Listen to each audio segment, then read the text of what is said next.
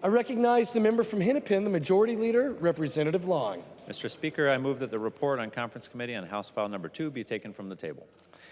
Representative Long moves that the report of the Conference Committee on House File 2 be taken from the table. All those in favor, please say aye. Aye. Those opposed, please say no. No. The motion prevails, and House File 2 is taken from the table. Members, we are back on the motion to refuse to adopt the report of the Conference Committee on House File 2 that was authored by Representative Demuth. We are on that discussion of that motion, and I recognize the member from Isanti, Representative Dowd. Thank you, Mr. Speaker and members. Appreciate the opportunity to speak on this bill. I will be consistently brief, and no, I actually will this time. But I did want to point out that this is just another example of one of those bills and ideas from the Democrats that they spend too much time with their heart and not enough time with their brain. This one just doesn't work. It may feel good, but it doesn't work. And you maybe were advised by people in your life that if something feels good, you probably shouldn't do it. This is a good example of that. Now, I'll walk you through just a basic math lesson on this bill. Members, please take your conversations off of the House floor into the retiring room or the rotunda. Representative Dowd. Thank you, Mr. Speaker. Appreciate that. Just a basic math lesson on this bill. I think there's a 0.7% payroll tax in the bill, or 0.7% that's split between the employee and the employer to fund this program. So 0.7% of wages on all Minnesotans, 0.7, less than 1%, is going to pay for a benefit for every worker and allow them to take to up to 40% of their employment off during a year. So every employee is eligible, and they can take up to 40% of their working year off, and we're taxing the wages at less than 1% to cover all that. Anybody paying attention? I remember when I was a kid, I used to play, if there was a deck of cards laying around, I used to love to make a house of cards. I was pretty good at it too. I could set them up in just a way and then try to see how many you could stack on top before it would collapse. I never had one that didn't collapse. They always collapse. And this, for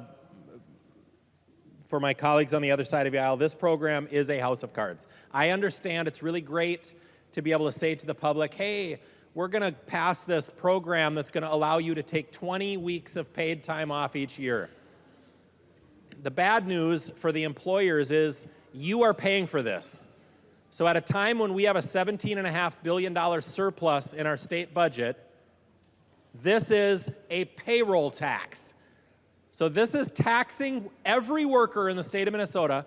This is taxing you, taking money out of your paycheck to pay for something, in a lot of cases, that you already have. So many employees across the state already have this benefit, and they don't pay a dime for it. Their employers offer it without taking any money from the employee. But now, government is going to make sure that we take money from those employees that are already receiving this benefit to pay for something they already get. And if you haven't figured out the math yet, we're going to charge less than 1%. And by the way, this is capped at, I think it's 1.2% in the bill now. So the bill's going out with 0.7. That's going to be the set rate. And then the commissioner can increase that up to 1.2. By the way, and based on previous performance, we can say this with 100% certainty, it will be at 1.2 within 15 minutes of the governor signing the bill. It'll just be at 1.2. Whatever the cap is, that's what it will be. They will take absolutely the maximum needed to operate the program.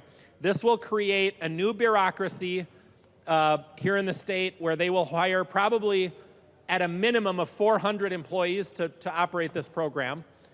And think MNsure. If the last time we created a huge new bureaucracy at the state was MNsure. And what MNsure did, I'll just remind you, is it was a website that allowed people to look at and purchase a health insurance program that was already commercially available. And MNsure itself doesn't offer any health insurance, and it doesn't insure anyone. It only is a website that allows you to look at and choose an insurance product that already exists in the marketplace. So that's what MNsure was. The state of Minnesota spent $400 million on MNsure, which is a website that allows you to choose insurance. Not one person gained insurance from MNsure. Not one person was insured by a product that MNsure offers. Not a single person. It's simply a government bureaucracy. $400 million. The state of Utah did the same thing for $600,000. So Minnesota, $400 million. The state of Utah, same thing, $600,000. Okay? I don't trust the state with 0.7% of every employee's wages in the state of Minnesota. I do not trust the state. And the promise they're making to you is they're going to take less than 1% of your wages, and they're going to promise every employee in the state up to 20 weeks off, which is 40% of your year off with paid wages. How does that work, my friends? They're going to collect 0.7% from you and guarantee you 40%. I don't know about you, but my mama didn't raise a fool. There is no chance that works, and this thing needs to go back. So members, please vote. And one more thing I want to say. This is another example of exactly what Democrats have been doing on everything. They certainly don't understand a free market economy and the way that that works. It was Ronald Reagan who said, if you want more of something, incentivize it. If you want less of something, tax it. And what this bill does is it taxes work and it incentivizes people not to work. And the biggest problem right now in the state and in this country that faces Minnesotans that was 100% created by Democrats is inflation. The highest inflation in a lifetime. And the problem that we face and the thing that created inflation wasn't that people were working too hard. It wasn't that people were getting paid too much. It was that this government paid people too much not to work. So the answer isn't paying people more not to work. The answer is letting this job economy right now, where anyone who wants a job can get one, and anybody who needs a better job can get one. And if employers need to offer a greater benefit set to get employees, this is exactly the sort of thing they will have to offer. And they already are, because the free market is demanding it. And they're paying for it 100% without Democrats taking 0.7 of your pay out of your paycheck. Because that's what this is. At a time when we have the highest surplus in state history, actually more than double the highest surplus in state history, Democrats, and this isn't even counted in the $17.5 billion surplus and the $9.5 billion of additional tax increases. And for whichever member of my side of the aisle that said earlier, gosh, I don't know why they pushed this out another year. The reason they pushed it out another year is so that the tax increase on Minnesotans doesn't show up in the fiscal notes for this biennium. This is a huge tax increase, and it's a tax increase on workers. Every worker in the state of Minnesota is getting a huge tax increase because of this bill, which will not work.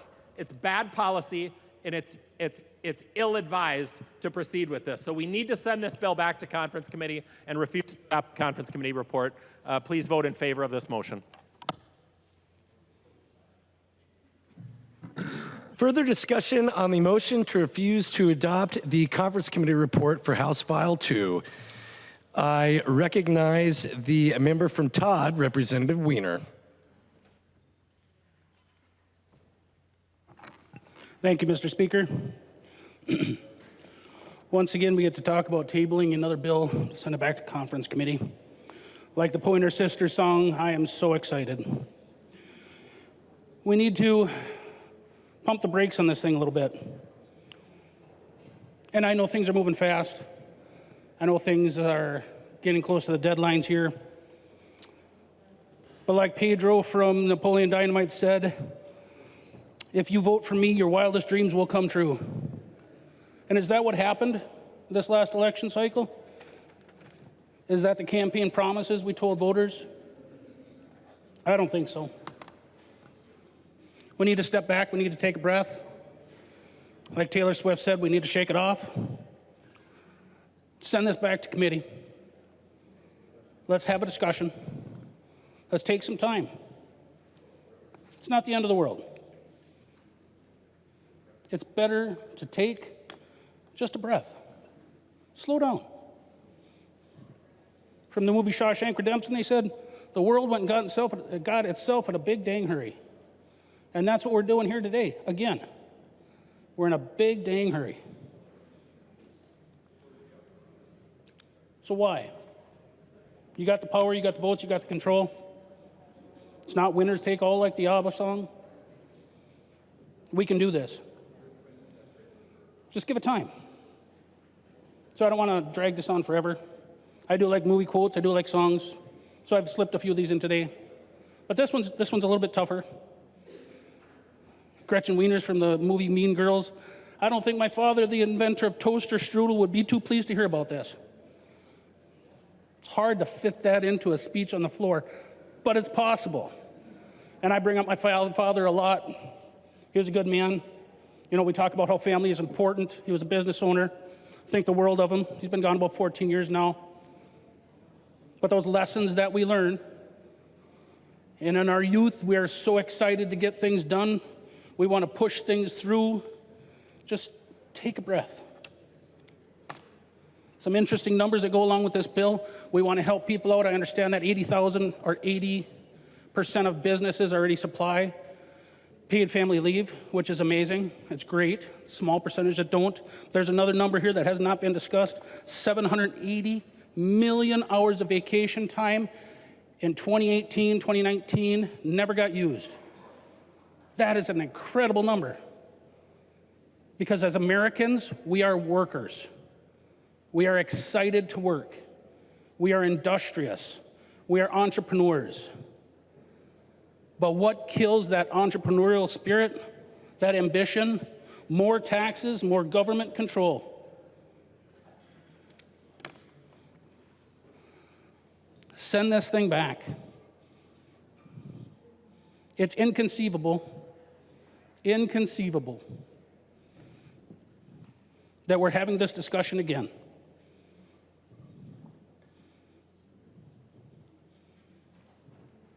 So let's just take some time, chill out like the Big Lebowski. The dude abides. Thank you. Further discussion on the motion to refuse to adopt the conference committee report for House File 2. I recognize the member from Anoka, Representative Niska. Thank you, Mr. Speaker and members, and thank you, Representative Wiener. You said it's inconceivable that we're having this debate again. Respectfully, I don't think you know what that word means. We just have the same debate over and over again. This is kind of deja vu all over again for me. Stop me if you've heard this story before. We bring forward a common sense amendment. I bring forward a common sense amendment. Folks on the other side say, yeah, this is a good amendment. Let's take it. And we go to an all-DFL conference committee, and it's gone. It's gone. That's what happened here, and it's a tragedy that's going to hurt the very workers that we're trying to help.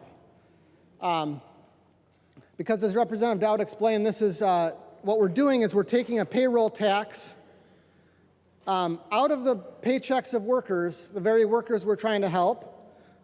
We're starting it at 0.7%, and it could go all the way up to 1.2%. We're saying that split 50-50 between the employee and the employer. The problem with that analysis is that every study that's been done about this shows that when you do have a payroll tax paid by nominally paid by the employer, it ends up being paid by the employee. And the reason for that's pretty simple. There is no magic money tree. There is no magic money tree. Despite what we might have heard in some committees this year, there is no magic money tree. And so when you tell employers that they have to pay a certain amount of money as part of the compensation for an employee, it ends up coming out of the compensation they can offer for that employee. And so we have to be very concerned about what that tax is going to be, what that premium is going to be, and what happens when people fraudulently obtain benefits from that pool is that every worker that we're dealing with gets hurt. And so the amendment that I offered that was accepted in this House on a unanimous vote, maybe I should have called for a roll call. If I had called for a roll call, maybe it would have been adopted 126-0. But we didn't call for a roll call because we thought we could take the majority at their word that they were taking the amendment. And the amendment was very simple.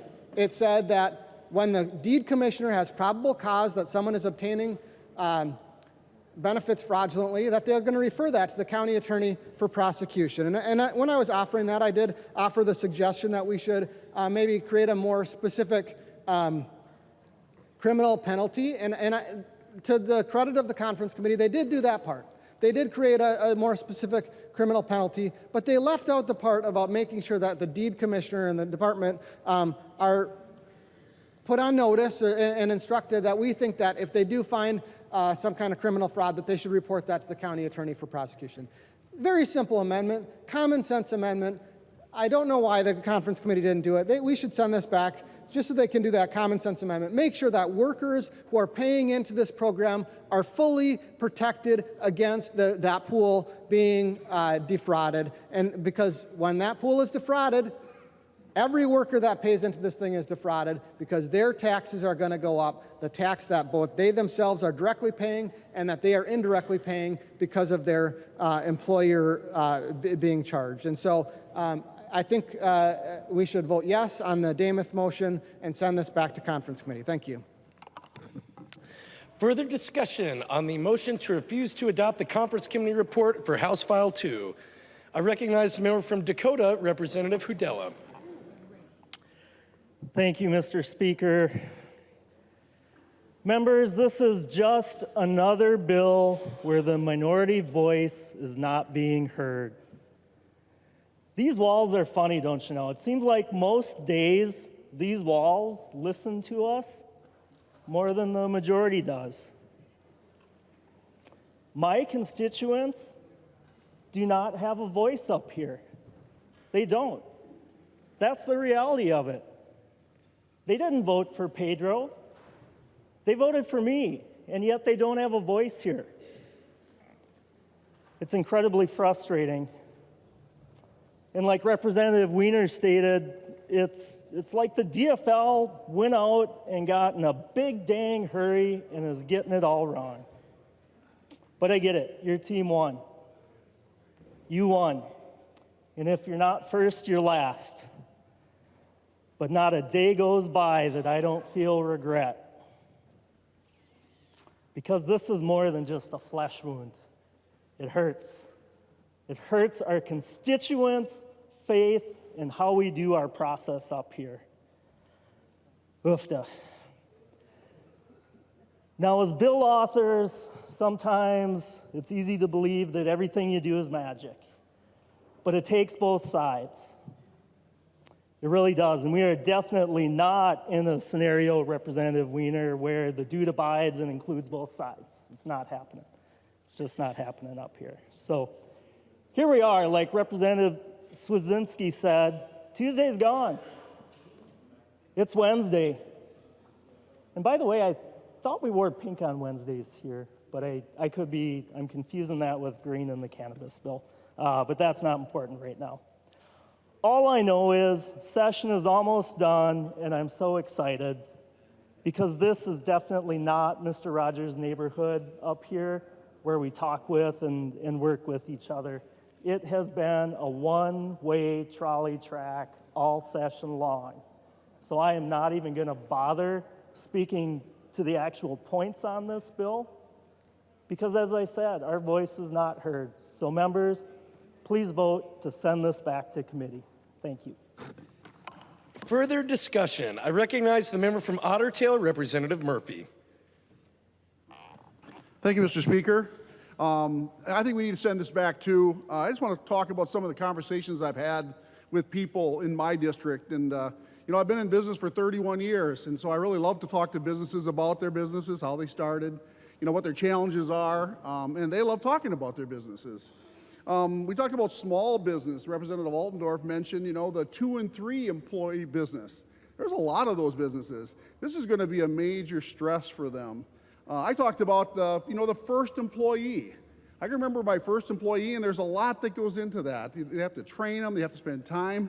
They need to work hard for you in order for it to pay. And so that first employee is a big deal. And this is going to be hard on that. It really goes back all the way back to the beginning. And as an employer that's just starting out, it's going to be really hard to want to do that. When you look at larger employers, I've got some larger employers in my area, and one of them does some really amazing things. I mean, they do a lot of community support. And they said, Tom, we're not going to be able to do that same amount if this goes through. We just need to spread it out. So some of the things that they really prided themselves on doing was creating great communities. And we have great communities up in my area. I mean, if you go up to Otter Tail County, you'll know what I'm talking about.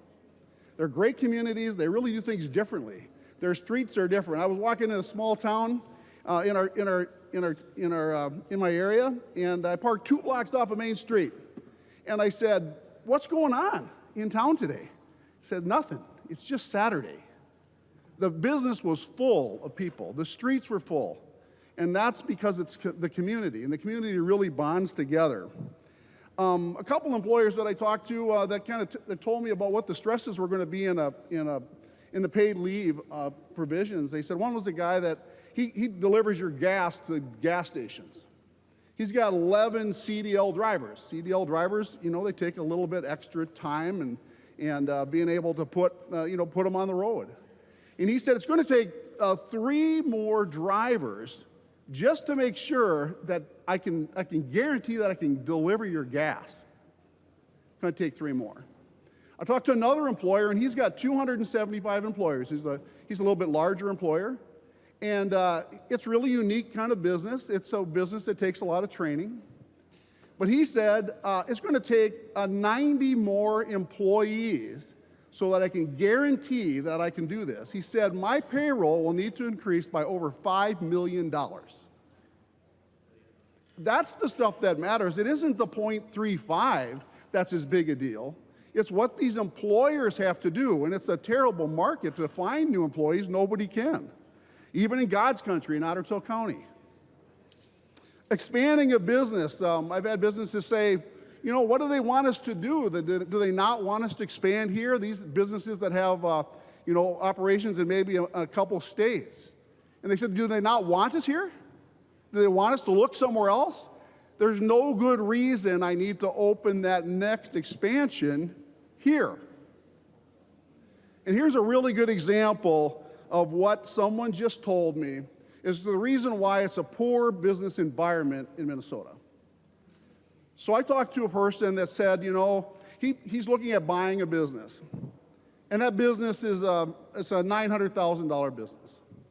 And it looked like it was worth it. He looked like it in paper. This guy's a businessman. He knew what he was looking into. And he said, with everything going on, I can't justify that. And so he went back to the person selling the business and he said, you know what? It's just bad timing right now. I can't do that.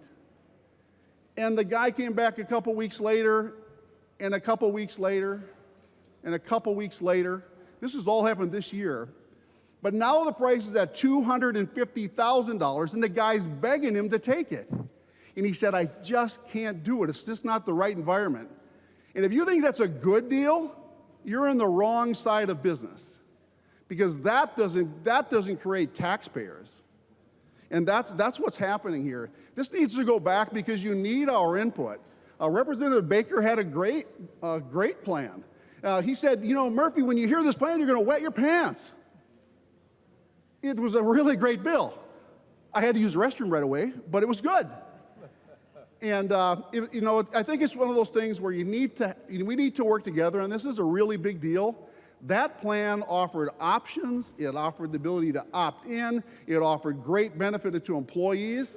The employers today treat their employees very well. And if you ask around in your areas, you'll know the same things. But Democrats are talking about it in my area, and they're talking to people in your area, and they know what's going on and they know it's bad. You need to spend some time with us, so we need to send this back so we can work on this. We can work out a good middle ground on this. I don't think your ideas are bad that we need to make sure we look out for employees, but we need to do it with employers, not against them. So thank you. I think we need to send it back.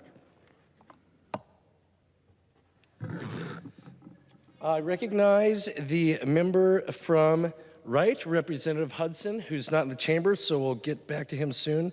Representative Mueller. Thank you, Mr. Speaker, and thank you, members. You know, you've heard many reasons already about why we need to send this bill back to conference, from the process, from leaving 48% of Minnesota out of the conversation. And yet I keep hearing the word good, historical, and frankly, you keep using that word, but I do not think it means what you think it means. So I think we need to go back to what I was talking about yesterday with the word transformational. This will be transformational. But again, like I said yesterday in the education debate, that might not transform Minnesota the way you think it will. Businesses will forever be changed.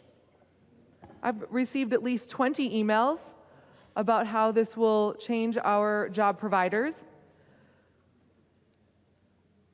This one of my providers said this bill will be very costly, and to remain competitive in our market will be very difficult. We will not be able to pass the cost on to our customer. It will simply make staying in business much harder. I have another one. Please visit our local lumber yard in Austin.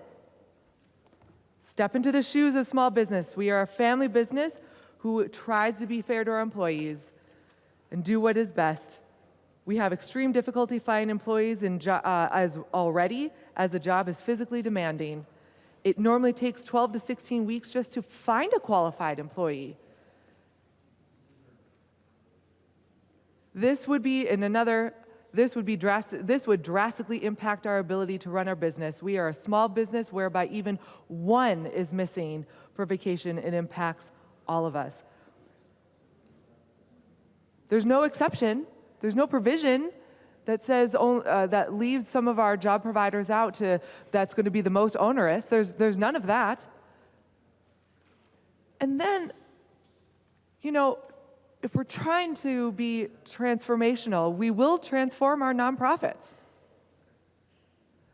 I was talking to someone who came up to visit me, who runs a small nonprofit in my district, and when she found out that this bill would actually also apply to her nonprofit, she looked at me, and I know that this person was not a supporter of me being elected. She looked at me and goes, "Oh, Rep. Mueller, you have to stop this. There's no way. I will have to stop my nonprofit. I will not be able to continue." And I just think what's so frustrating is that while we continue to give millions of dollars to nonprofits, like we heard in public safety, like we heard in education, like we heard in the jobs bill, how we heard in the housing bill, well, maybe we'll have some money left over because they'll just be done after going and having this put on them. And then our schools will be forever transformed. I predict that we will have many more schools that will be operating in statutory operating debt, that this will actually create a paid family medical leave cross-subsidy, because some of the back of the napkin costs on our schools are this unfunded mandate is about $50 million a year for all of our schools combined. This isn't doable. This isn't possible. We can't, our schools, our businesses, our nonprofits, they can't absorb this. And while you sit in your conference committee with no minority members there, with 48% of Minnesotans shut out, not even allowed at the table. This is something that we need to be sending back to conference committee. We need to be able to think through this, because as much as you tell me, and actually I heard this the last time we were discussing this, we need a unified safety net. That's what I was told. Well, guess what? Not every job is the same. And it doesn't require the same. Things are different. Risks are different. Jobs are different. Responsibilities are different. And you should have the job provider be able to look at what is needed and necessary and possible for them to provide to their own employees. And I'll tell you what, as you're trying to actually protect the employees, what are you going to do when the crushing mandate on our businesses comes down and the best solution for them is to shut their doors? Now what? What will happen to the people that you claim to protect then? I live in a border community. I've had many who told me they're just going to go 15 minutes down the road. It's easier for them. What will you do then, members, for the people you claim to protect and want to make sure that you are going to protect them? What are you going to do when they are no longer have a job? Now what will happen? I don't think we've received an answer for that yet. Members and Mr. Speaker, it's time for this to go back to conference. Thank you so much. Further discussion on the motion to refuse to adopt the conference committee report for House File 2. I recognize the member from Crow Wing, Representative Davis. Thank you, Mr. Speaker. Members, I was encouraged not to be long-winded because we got some other things going on. And so I quickly wrote down my thoughts to stay on task. But one thing I just added that came out of Representative Mueller's mouth, and I thank you for that testimony. Representative Mueller was, I believe it was one of her constituents, said, "I will have to stop my nonprofit."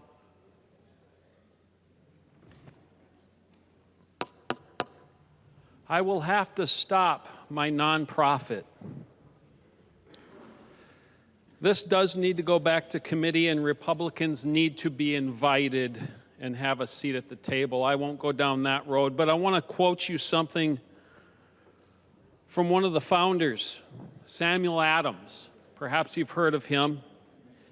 He's not just a beer, Representative Nash. He's one of the signers of the Declaration of Independence. He said this, "If ye love wealth better than liberty, the tranquility of servitude than the animated contest of freedom, go home from us in peace. We ask not your counsels or arms. Crouch down and lick the hands which feed you. May your chains sit lightly upon you, and may posterity forget that you were ever our countrymen." You see, they condemned greed. One thing they did not condemn, though, was liberty. We, the people of the state of Minnesota, grateful to God for our civil and religious liberty and desiring to perpetuate its blessings and secure the same to ourselves and our posterity, do ordain and establish this Constitution. Do you know what that is that I just read right there? It's called the preamble to the Minnesota State Constitution. The preamble, that means it's the foundation of everything written after it. Civil and religious liberty, and this bill is certainly an attack of our civil liberties. Though I do not love wealth, I do understand its value and how it needs to be used in this world for a force of good. But it's not to be forced. It's to be chosen. And it is to be worked for with hardworking hands. And I understand there are some hands who don't have the ability to work for it, and I understand we need to provide for those people. But if you do have hands that can work, you should work for it. And the government should be protecting that.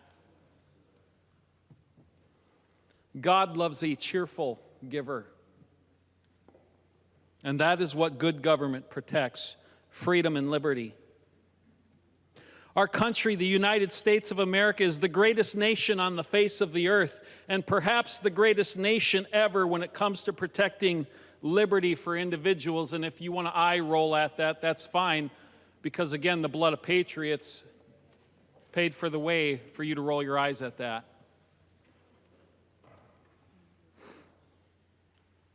And we have grown as a nation in the pursuit of liberty.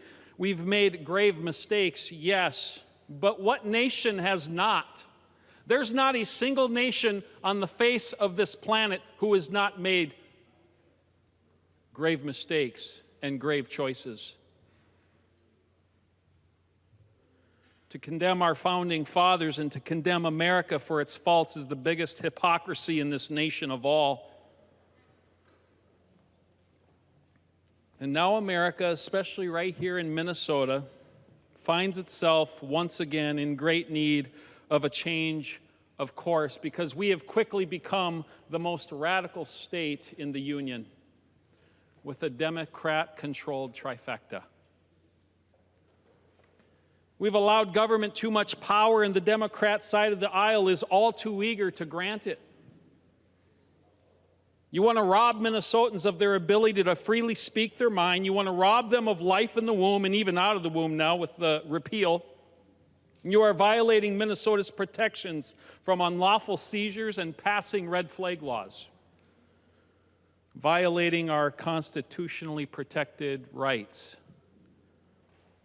And now you want to destroy small business by telling them what benefits they will give and what ones they won't. And we heard a testimony of, "I'll have to stop my nonprofit," which Representative Mueller told us. What a dark day in Minnesota. This bill, it reeks of tyranny and government overreach. That's why we need to refuse to adopt. Accept this motion and let's get back to true liberty as legislators.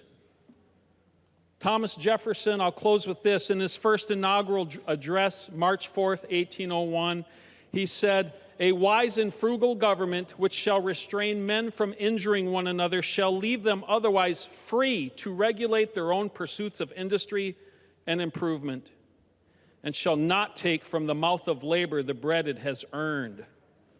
This is the sum of good government, and what we're doing is we're wrecking small business and taking the bread that they have earned. That's what we're doing. See, men like John Hancock and Sam Adams, they were men that were being overtaxed and overburdened with mandates by government. And you're guilty of doing the same in this Democrat-led 93rd legislature. And my hope and my prayer is that Minnesota will change course and not grant you that power in the 94th legislature. Thank you, members.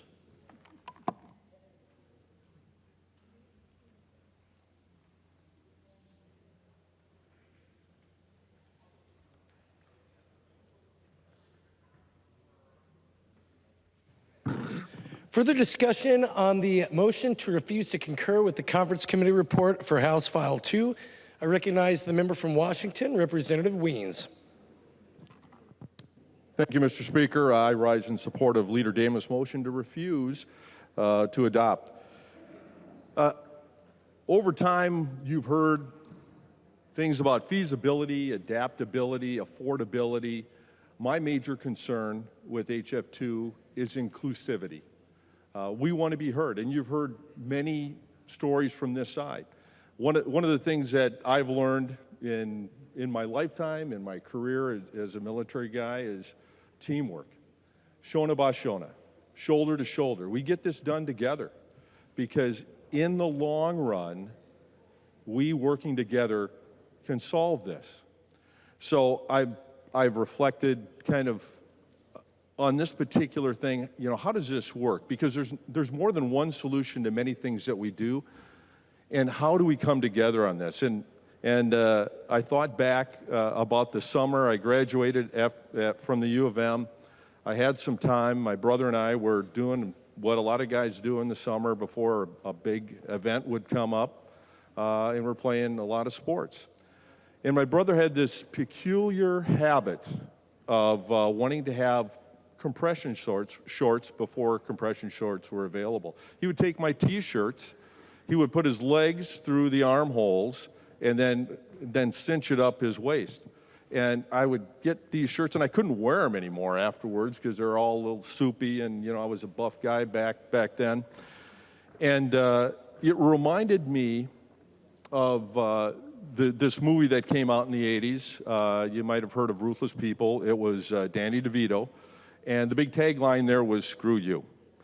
But there was a secret weapon in that movie, of which, as we discussed, something we could do, and that was that invention of spandex. Now, while we were doing all these sports during the summer, our father came to us and said, "Na yo jongens, fotomengening." So, in his language, that is, you boys get off your butts, go do something productive. So we started playing around, and we found that spandex came in a variety of colors and designs. We had a whole bunch of animal prints and a variety of other tropical prints. And we started basically, got mom, grandma, and some other folks that had sewing capabilities to start sewing up some spandex shorts, compression shorts. Then we also got into a cotton twill covering over that. So, I mean, we were doing all this design stuff, and we had no idea. But we were a little startup business. And from there, I left to go in the Army, do my career there. My brother kept the business, kept on growing it. It's still in Minnesota. I told him, do not leave Minnesota. We are going to fight for small businesses and for employees. And he's still here. I retired from the military, enjoying the benefits of being a retired person, spending time with my family. And then all of a sudden, it was about March of 2020, and I get a phone call from my brother, and it's like, hey, this COVID thing, the governor's going to start closing things down. We got to figure out how the business can survive. How can we do this? Can you come in? So I trundled down to the business, and we set up a crisis action planning. He gets his lead designers, production people. We're all sitting there. We bring in some finance people, and it's like, how are we going to do this? We've got to figure out how to go from an underwear company into providing, specifically, can we make masks and gowns and those things that we need for COVID to become an essential business. And over a 48-hour period, we turned around with designs and started producing and survived the COVID crisis. In fact, it happened to be the most profitable year for the company. And in that whole thing, we took a look, you know, this is that whole thing with Danny DeVito and Ruthless People. Sometimes we look at what comes out of this house as the 100-mile screwdriver that's trying to fix every little problem. And a lot of times it takes all of us at every level and at the heartbeat level to get things done and to do it right. And in doing so, that's the inclusivity part. Because during that time of the year that we were going through this, the head designer had to take maternity leave. We also had one of the production people, their partner deployed. We also had someone that had to take care of an elderly parent. And guess what? We worked with each one of those to find a viable plan so that they could still have income and they had a job to come back to. And we hired people or brought people on with expanded responsibilities to be able to keep the business going. There's more than one way to solve this. And being inclusive is to open your mind up. There's more than one way. And I would just say that just like Danny DeVito said, screw you, don't be the 100-mile screw you driver. Let's listen to people. Let's get things done. And I stand here because I like working with you guys. I want Minnesota to thrive. With that, I would just turn it back and say the dude abides. And when you take a look and you look at Rep. Mike Weiner and myself, I know we get mixed up a lot, but we're very big fans also of Monty Python. And Monty Python, the king would say, you know, I'm the king of the Britons. How do you know he's the king of the Britons? Well, he got crap all over him. Well, I didn't vote for him. So in all of that, just bringing it around, please, let's work together, be inclusive, and I recommend sending this back. Thank you. Further discussion on the motion to refuse to adopt the Conference Committee report for House File 2. I recognize the member from Stearns, the Minority Leader, Representative Damath. Thank you, Mr. Speaker. Members, I would encourage a green vote on the motion to send this back to conference vote. Seeing no further discussion, the clerk will take the roll.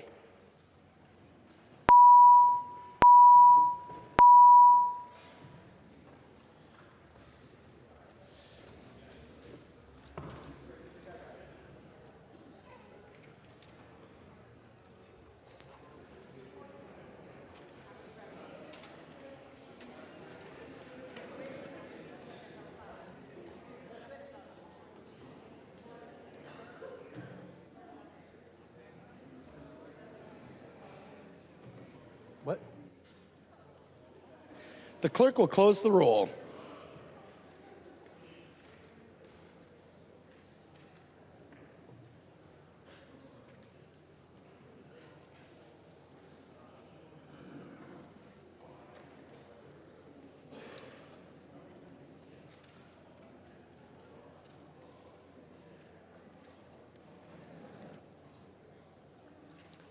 There being 62 ayes and 68 nays, the motion does not prevail. All those in favor of the motion to adopt the Conference Committee report on House File 2, please say aye. Those opposed, please say no. The motion prevails. The clerk will give the bill its third reading as amended by conference. Third reading, House File number 2, as amended by conference. Third reading as amended by conference. Any further discussion?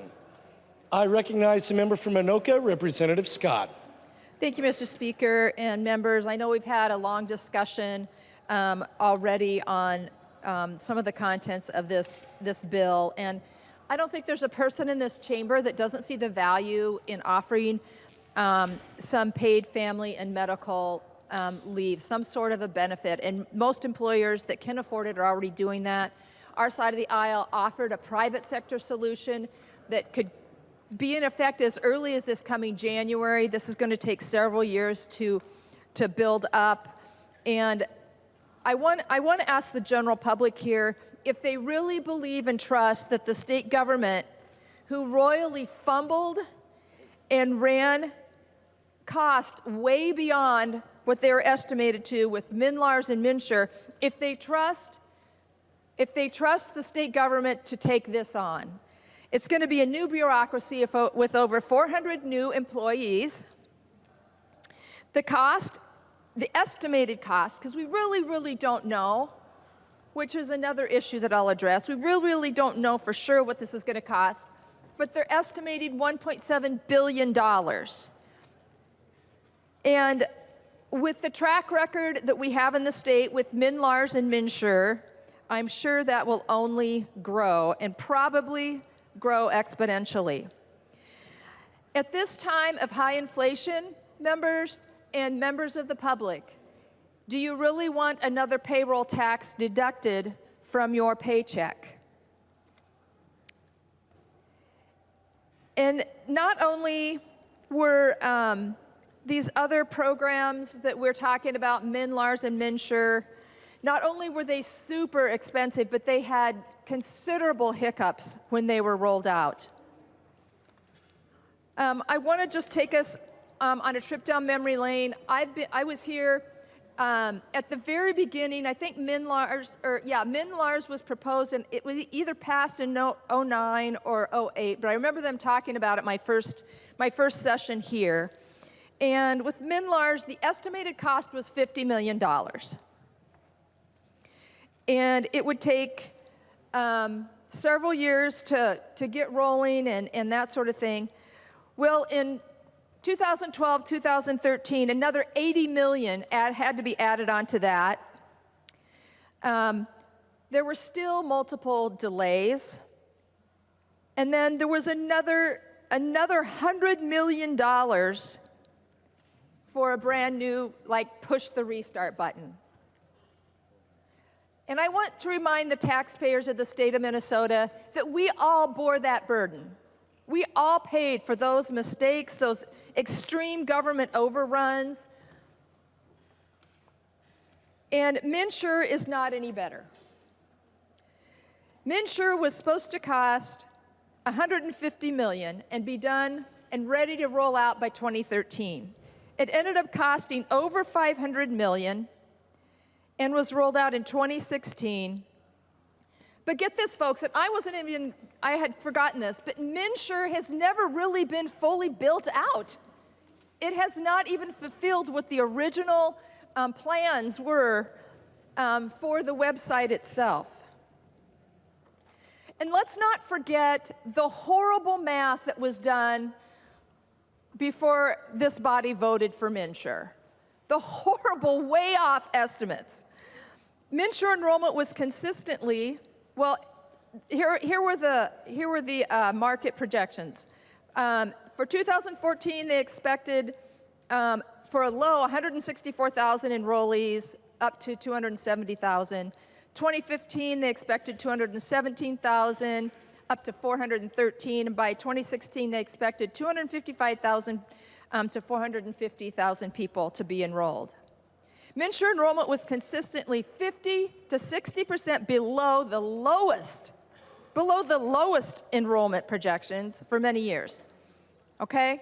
So in 2023, which was the 10th year, there were 103 people enrolled. Now, I think there'll be probably more people enrolled in a product like you're rolling out here today, but I just want to remind you of the math and how horrible the math was. And do we have the same people in charge of doing some of that same math? I'm not sure. We do know that didn't we hire Jonathan Gruber to do a lot of the math for our MNsure because he'd done such a great job with Obamacare. Remember, Jonathan Gruber, let me find his quote. He said, and I want to talk to you first about the lack of transparency and what we know this will actually cost. We haven't even hired an actual actuary, to do the numbers on this. So let's take another trip down memory lane. And it's just inconceivable, but this is what Jonathan Gruber said. Lack of transparency is a huge political advantage. And basically, this will ring a bell with a few of you. He went on to say, and basically call it the stupidity of the American voter or whatever, but basically that was really, really critical for the thing to pass. So what I'm trying to do here is open wide the eyes of the public on what this new government bureaucracy is going to cost, and cost you, the taxpayer, and the workers of Minnesota in terms of what it's going to financially cost you. The real answer to that question is we really don't know. And they're going to do these actuarial studies, folks, in October of this year. And I'm just going to go out on a limb and say next year we're going to be back at the table after those actuarial studies come back. And this 0.35 payroll tax with a cap of 1.2, they're going to have to raise that because it's going to cost a lot more money than what we think it is going to. Members and members of the public, I share your desire for a product for these benefits. We all have times in our lives when we need to take time for our own medical reasons or for our family's medical reasons or other things like that. We do. I want you to know that Republicans offered you, and it was voted down by the majority, a product that could start in 2026. But the majority party shot it down. Now they want a supposed Cadillac plan, the best in the country, where you can pay in minimally and maximize the benefit, but it's not free. It's going to cost a heck of a lot of money. Members, this is just not the right thing to do. We shouldn't be doing this. We're doing this prematurely. We should be waiting until after we find out those actuarial numbers in October before we do any action on this bill at all. You don't go out and buy the most expensive car because you want it, and then 9 months later, look at what it's going to cost you when you can't make the payments. You're already not being able to make the payments. That's what we're doing here. And members, it's the right thing to do to wait.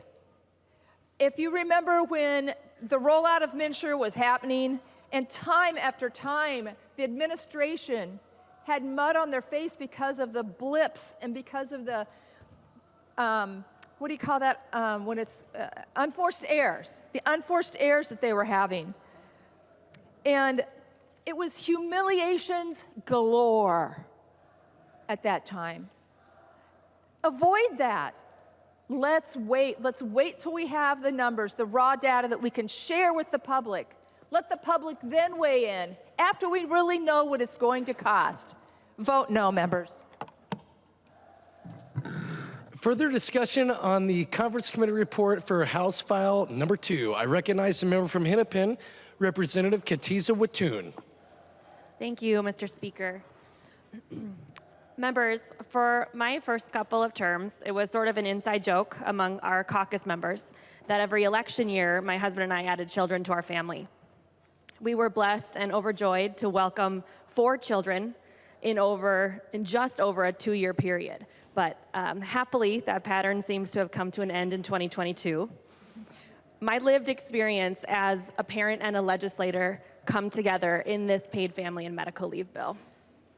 Throughout this process, Representative Richardson has engaged with outside advocates, the business community, and minority members.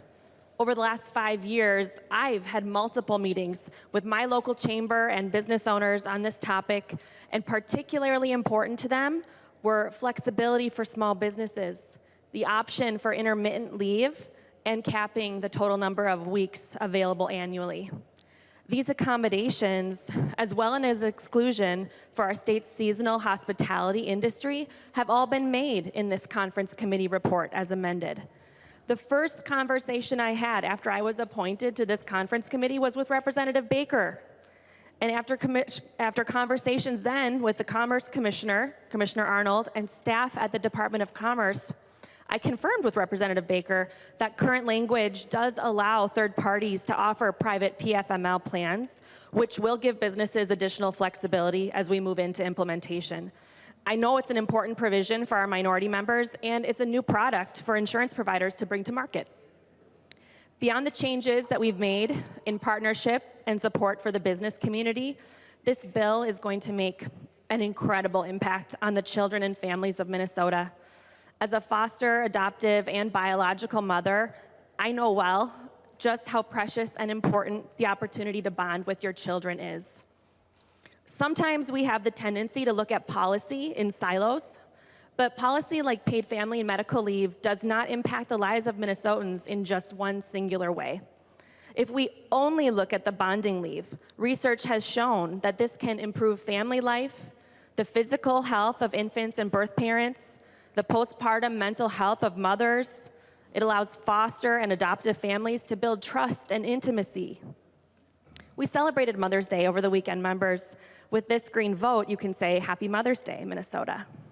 But the bill has economic benefits too, like helping women return to the workforce, usually increasing household income, and creating better outcomes and savings in our healthcare system. Minnesotans care for one another, and this paid family and medical leave program will help us get every child in Minnesota off to a great start. It's an investment for Minnesotans by Minnesotans, and it takes us one step closer to being the best state in the country for kids and families. I'm proud of the work we've done, and I'm excited to vote in support of this conference committee report. I hope you'll join me. Thank you, Mr. Speaker.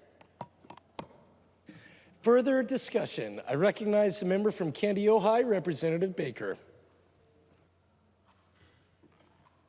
Thank you, Mr. Speaker and members. I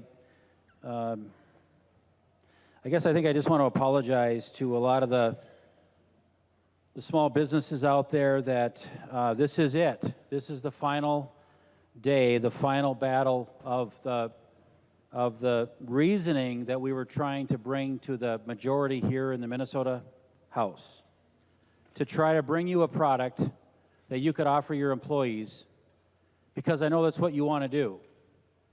We tried everything we could to offer options, to customize a program that best fits your business. We tried everything we could to make sure that families do matter and that you are able to do something for them as part of your employee benefit package. And we couldn't get their attention. I think they just don't understand what it's like to do everything you can for those amazing employees that you employ, and yet we couldn't stop this runaway train to bring some reasonableness to this, some options that would really work, because we actually started this session out trying to do the right thing. We offered carve-outs, if you want to call it that, because carve-outs is something that we're going to start hearing more about. We wanted to offer an exemption for the smallest businesses so that you could, as you build up to be a bigger business, we wanted to give you some time to build that up with the employees that kind of knew the options that you offered to your employees, but that you were doing everything you could for those folks working for you. We wanted to give you some time to build up, because that's what we do in Minnesota. We're a great entrepreneurial state. We're a great incubator state. We want people to start their businesses here, grow and expand, and then just thrive. We want you to make money. We want you to share those profits with employees. We want you to have these employees buy nice houses. Isn't that the dream? That's the dream that we all care about. It sure is for me. I'm so proud to be a small business owner, and I do everything I can, but you know, I can't do it all.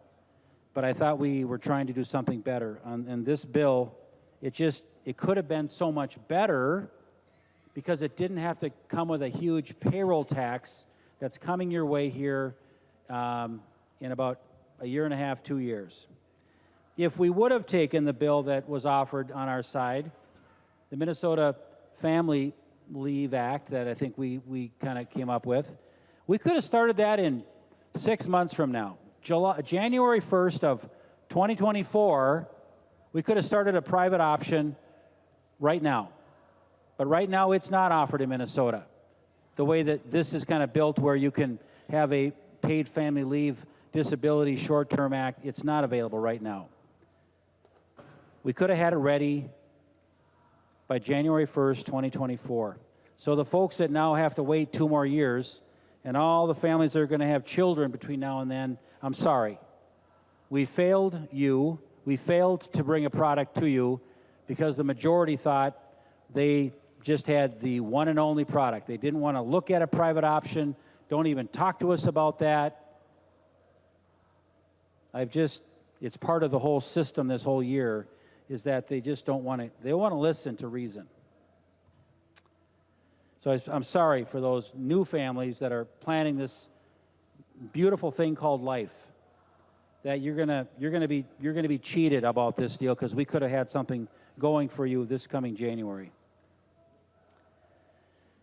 I think that again, the government here in Minnesota, with the amazing, arrogant leadership of what's going on in the executive branch, just thinks that whatever we do here, we know it all. This benefit, along with the other heavy mandates that are coming to businesses, they have no understanding about the balance that we do when we offer our our benefits to our employees. And that's a shame. This is going to be a very heavy burden for businesses, and that's shame. It's shameful because it could have been done so much differently. They just completely missed the mark. Again, the actuary is coming out in next fall. I think it's due on Halloween Day, October 31st. The actuary, when it comes out and they say the rate isn't high enough, guess what? They can make that change right there. This 0.7 we keep talking about, just like that, bang, it can be changed up to 1.2%. That's a 74% increase when the actuary comes out. Let's see what happens. Now the actuary is going to see, oh, well, wait a minute. They got $1.5 billion sitting in the checking account here, so that's going to take away that initial sting. And that's true.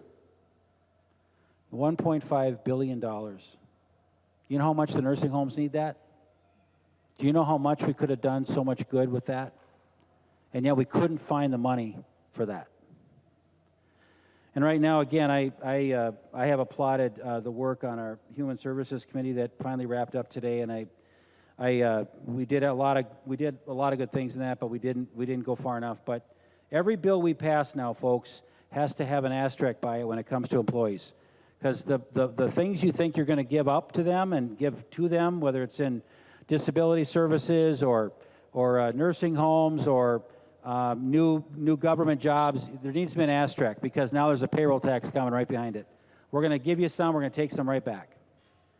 This is just a bad way to write legislation.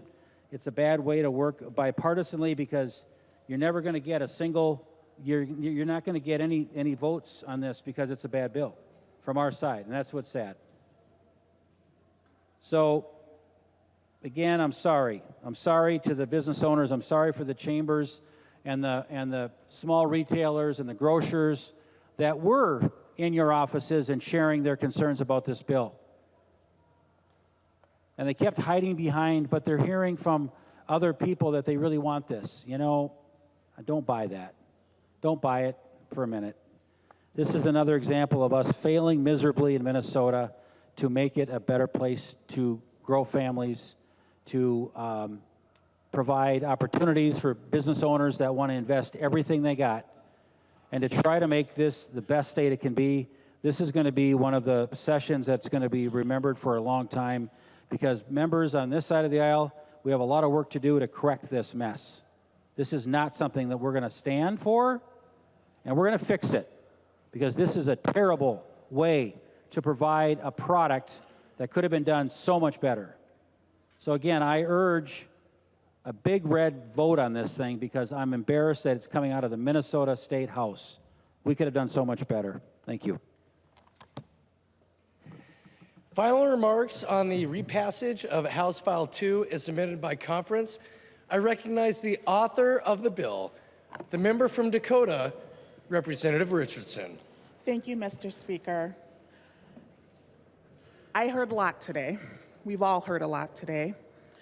And what I heard is that no Republicans were on the conference committee, and I just want to lift up that it is custom, if folks want to be on the conference committee, to vote for the bill.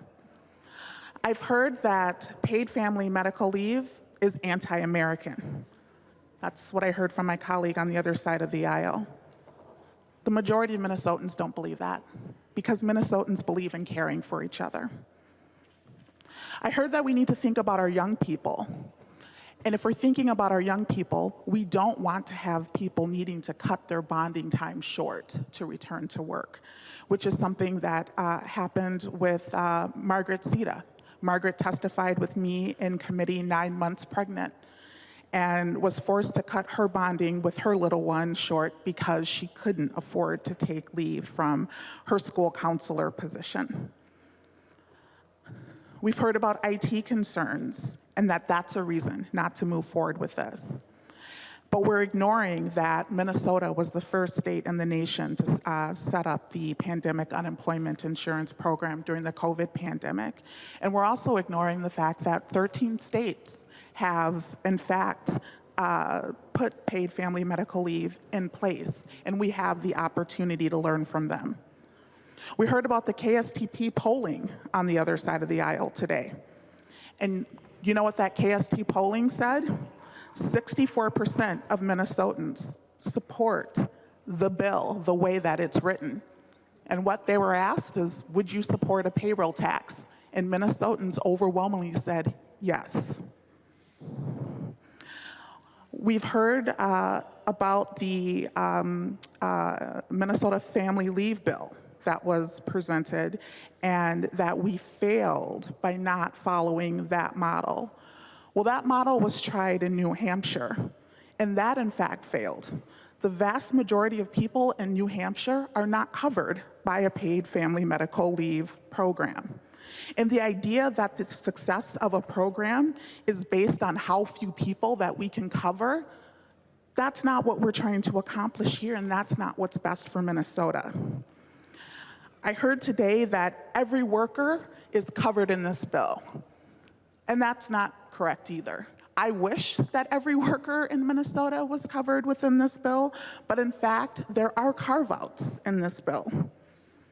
I heard that this bill was front-loaded with $1.7 billion and $1.5 billion, and in fact, what's coming from the general fund from the surplus is $668 million. I heard that we're not helping nursing homes. There's $20 million in this bill to help nursing homes. I heard that if you need a benefit, you should work for it. This is in fact a benefit that you earn by working for it. I heard that,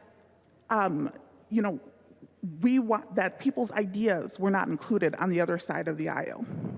And I just want to spend a little bit of time talking about the ideas that came up in committee on the other side of the aisle and in conversations that were in fact included in the final bill that we are taking up today.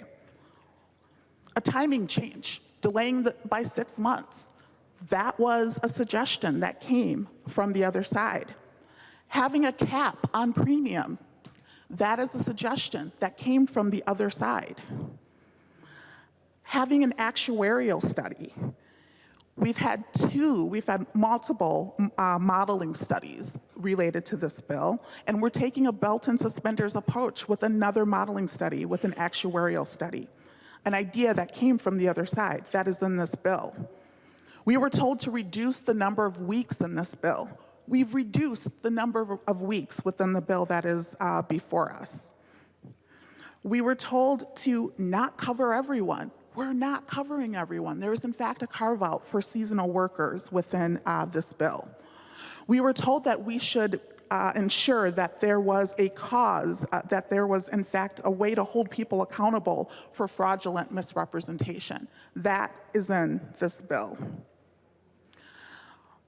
We've heard a lot about the costs of this bill, and I've talked about the costs of not doing this bill before, and I won't go down all of the figures in terms of what we can save as a state, but it's important to note that the cost of infant mortality, the cost of maternal mortality, the cost of long-term care facilities, those are all costs that we are bearing right now as a state.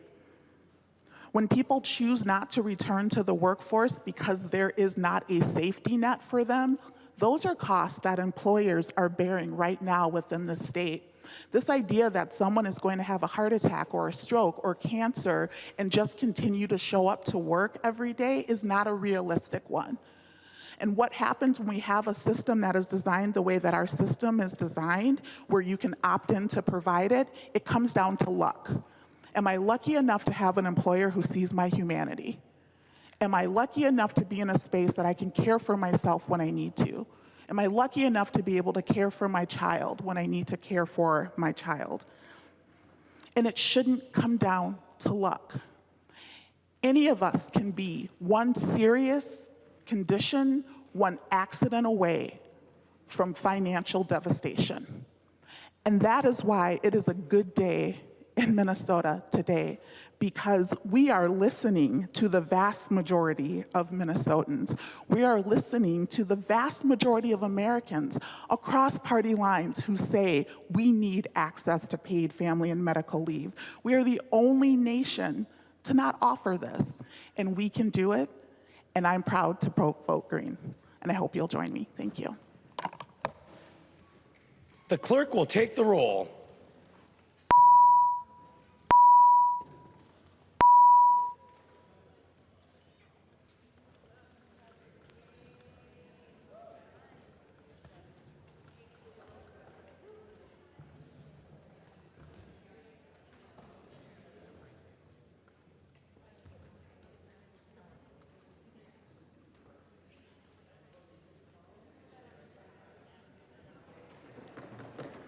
The clerk will close the roll.